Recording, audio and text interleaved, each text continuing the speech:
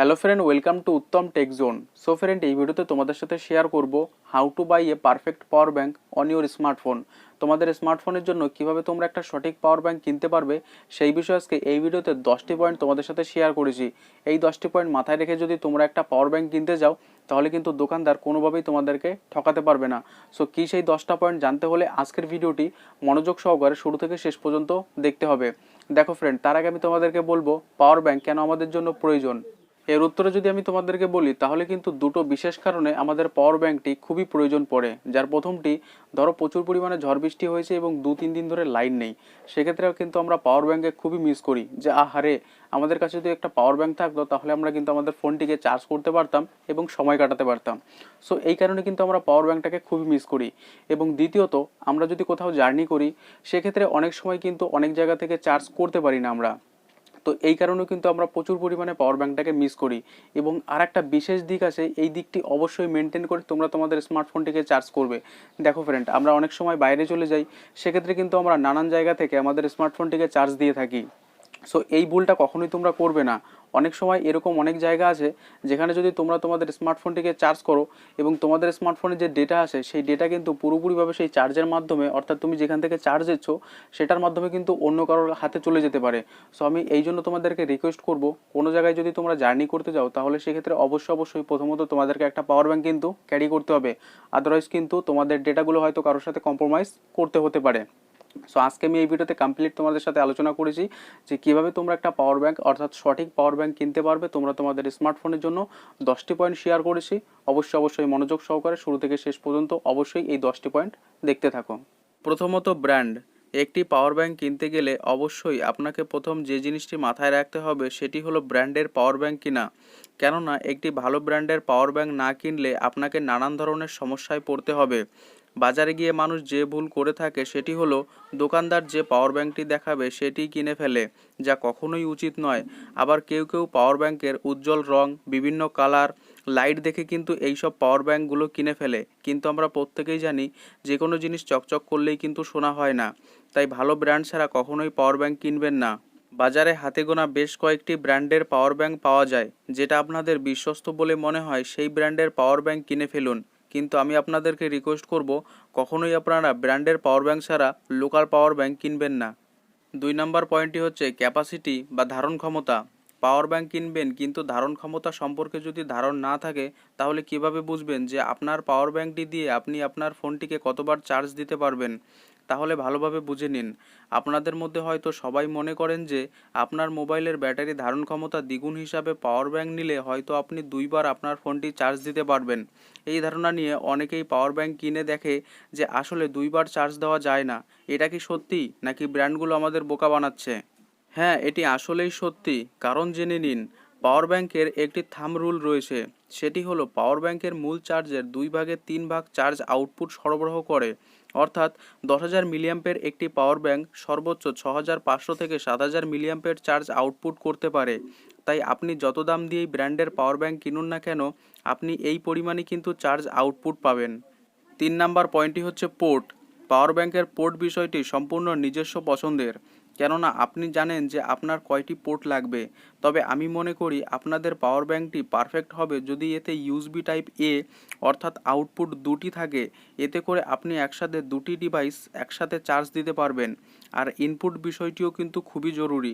আপনার মোবাইলের charging point যদি মাইক্রো ইউএসবি হয় তাহলে পাওয়ার ব্যাংকের ইনপুট পয়েন্টটিও মাইক্রো ইউএসবি বেছে নেবেন। আর আপনার মোবাইলের চার্জিং পয়েন্ট যদি ইউএসবি টাইপ সি হয় তাহলে পাওয়ার ব্যাংকের ইনপুট পয়েন্টটিও ইউএসবি টাইপ সি বেছে নেবেন। 4 নম্বর পয়েন্টটি কিন্তু খুবই ইম্পর্টেন্ট, অর্থাৎ ব্যাটারি। সাধারণত পাওয়ার ব্যাংকে 2 ধরনের ব্যাটারি ব্যবহার করা হয়। একটি হলো লিথিয়াম আয়ন এবং অন্যটি লিথিয়াম পলিমার। তবে আপনাকে জানতে হবে কোন ব্যাটারিটি ভালো হবে। লিথিয়াম পলিমার ব্যাটারি লিথিয়াম আয়নের তুলনায় অনেকাংশেই ভালো। লিথিয়াম আয়ন ব্যাটারিগুলো সাধারণত বেশিরভাগ মোবাইলে ব্যবহার করা হয়। তাই অধিক চার্জের ফলে ব্যাটারিগুলো কিছুদিনের মধ্যেই কিন্তু ফুলে যায় এবং ফেটে যায়।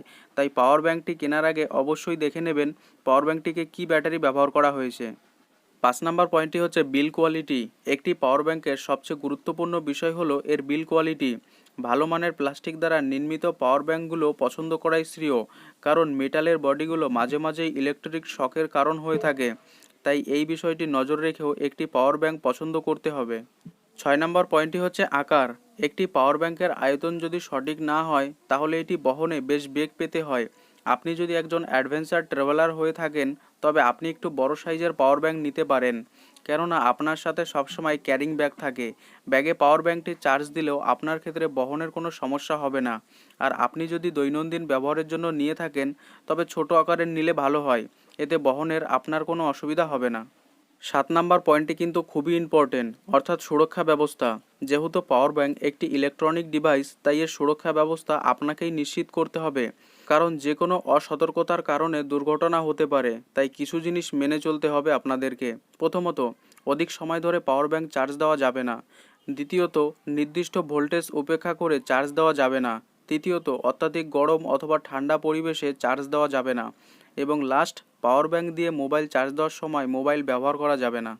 8 নম্বর পয়েন্টটি হচ্ছে ফাস্ট চার্জিং ব্যবস্থা। সবসময় চেষ্টা করবেন ফাস্ট চার্জ সাপোর্ট করে এমন পাওয়ার ব্যাংক কিনতে, কেননা 15,000 থেকে 20,000 মিলিঅ্যাম্পের ব্যাটারি সাধারণত চার্জ করতে 7 থেকে 8 ঘন্টা সময় লেগে যেতে পারে। তাই সময় বাঁচাতে ফাস্ট চার্জিং সাপোর্ট করে এমন পাওয়ার ব্যাংক কেনার চেষ্টা করবেন।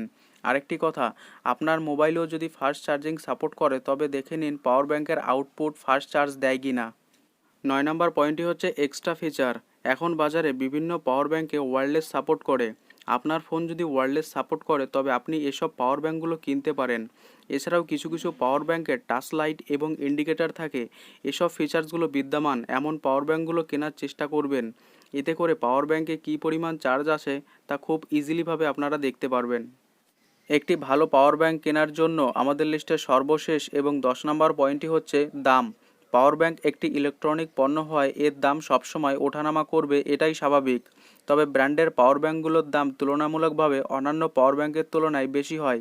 তবুও আমি সবসময় সাজেস্ট করব, বেশি দাম হলেও ব্র্যান্ডের পাওয়ার ব্যাংকগুলোই কিনুন। বাজারে এমন অনেক পাওয়ার ব্যাংক দেখবেন যেগুলোর দাম ব্যাটারি পাওয়ারের তুলনায় অনেক কম, কিন্তু ওই পাওয়ার ব্যাংকগুলো থেকে 100 হাত দূরে থাকবেন, কেননা আমি প্রথমেই বলেছি চকচক করলেই কিন্তু যে কোনো জিনিস শোনা হয় না। তাই সবসময় চেষ্টা করবে ব্র্যান্ডেড এবং বেশি দাম হলেও ব্র্যান্ডেড পাওয়ার ব্যাংক কেনার জন্য। আশা করি ফ্রেন্ড এই ভিডিওতে একটি পাওয়ার ব্যাংক কেনার জন্য কি কি পয়েন্ট মাথায় রেখে একটি পাওয়ার ব্যাংক কিনতে হবে, আশা করি কমপ্লিট 10টা পয়েন্ট তোমাদেরকে স্টেপ বাই স্টেপ বুঝিয়ে দিয়েছি। সো ভিডিওটি ইনফরমেটিভ মনে হলে অবশ্যই প্রত্যেককে শেয়ার করে তাদেরকেও জানার সুযোগ করে দেবে, তাহলে কিন্তু তারাও এই ভিডিওটি দেখার পর একটি সঠিক পাওয়ার ব্যাংক কিনতে পারবে এবং যে কোনো জায়গা থেকে মোবাইলকে চার্জ দিলে কি কি ক্ষতি হতে পারে সেটাও কিন্তু তাদের একটা ধারণা হয়ে যাবে। সো অবশ্যই প্রত্যেককে শেয়ার করে তাদেরকে জানার সুযোগ করে দেবে। আর চ্যানেলে নতুন হলে অবশ্যই চ্যানেলটি সাবস্ক্রাইব করে নোটিফিকেশন ঘন্টাটি অন করে অল সিলেক্ট করে রাখবে পরবর্তী এমন ইনফরমেটিভ এবং নলেজেবল ভিডিও সর্বপ্রথম সবার আগে পাওয়ার জন্য। Thank you friend.